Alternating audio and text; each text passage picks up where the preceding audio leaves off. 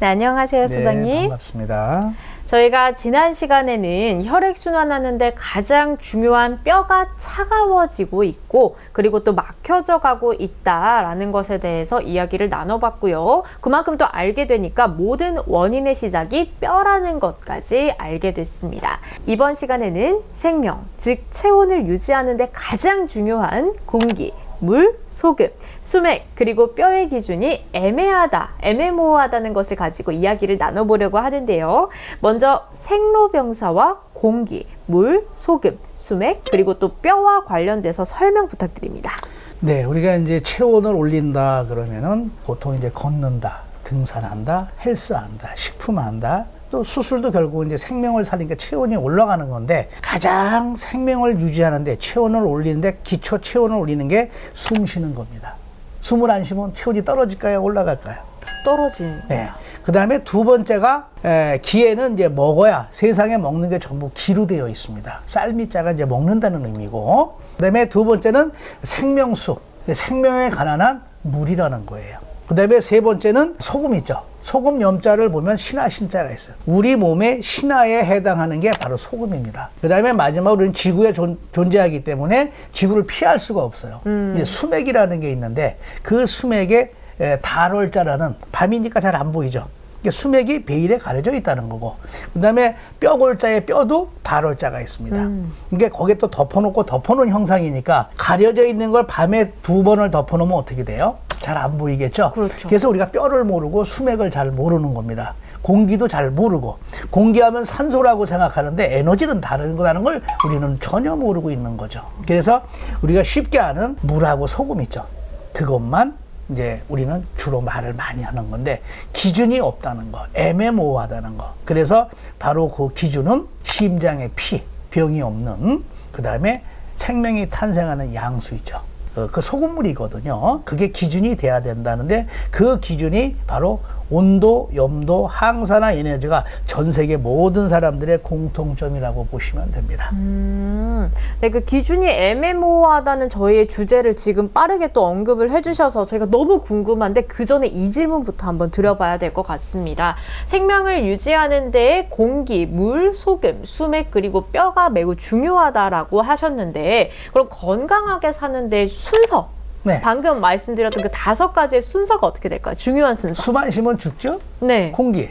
두 번째, 생명수죠? 물. 소금 안 먹으면, 한 달 안 먹으면 죽어요. 네. 위험해져. 네. 네 번째, 수맥. 잘 모르죠, 우리? 네. 근데 뼈는 아예 지금까지 몰랐죠. 이렇게 뭐냐면 가장 중요한 게 우리는 잘 모른다는 거예요. 그러면 생명이 그렇게 중요한 것인데 이 공기, 물, 소금, 수맥에 대한 정보를 누가 알려주나요? 그걸 누가 알려줄까요? 사람을 만드신 분이 알려줍니다. 인간의 생각으로 더 과학적인 뭔가 있겠다라고 생각해. 눈으로 보이는 대로 보면 아주 쉽게 알려주고 있는데. 그러면 그 기존에 좋다는 공기, 물, 소금을 갖고도 치유가 잘 되는 사람이 있는가 하면 오히려 나빠지는 사람도 있어요. 그 이유는 무엇인가요? 그러니까 태어날 때 이제 발의 온도를 모르는데 건강에 좋다는 공통점이 하나 있습니다. 그게 뭐냐면 바로 단백질이라는 겁니다. 단백질. 제가 이제 생체 실험을 10년 동안 수십 차례를 하면서 이렇게 느낀 것은 단백질을 한 달 먹을 거를 제가 하루에도 먹어봅니다. 7달을 먹을 걸 일주일 만에 먹어봅니다. 근데 저는 몸이 차게 태어나서 단백질은 찬 데 가서 굳어버려요. 염증으로 유발합니다. 온도에.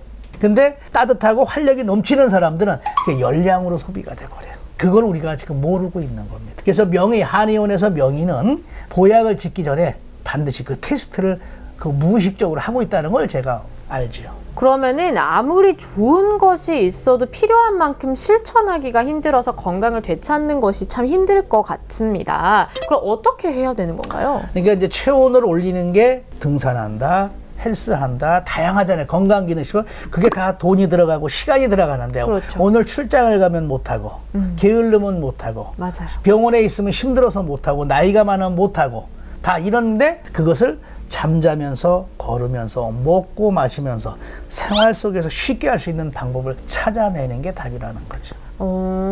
그러면은 마지막으로 이 생명을 유지하는 데 가장 중요한 것으로 어디든 아프면 아픈 곳의 공통점이 무엇인지와 꼭 말해주고 싶은 것이 있다면요? 예, 우리가 이제 몸에 어디든 아프면은 답답한 거예요. 네. 근데 나는 아파서 병원에 갔는데 병원에서는 아무 이상이 없다 그래요. 맞아요. 아픈 건 분명히 어딘가 이상이 있어야 되는 거죠. 네. 그렇죠? 네. 근데 아픈 생체 실험을 하면서 알게 된 건 아픈 곳의 공통점은 차다는 겁니다.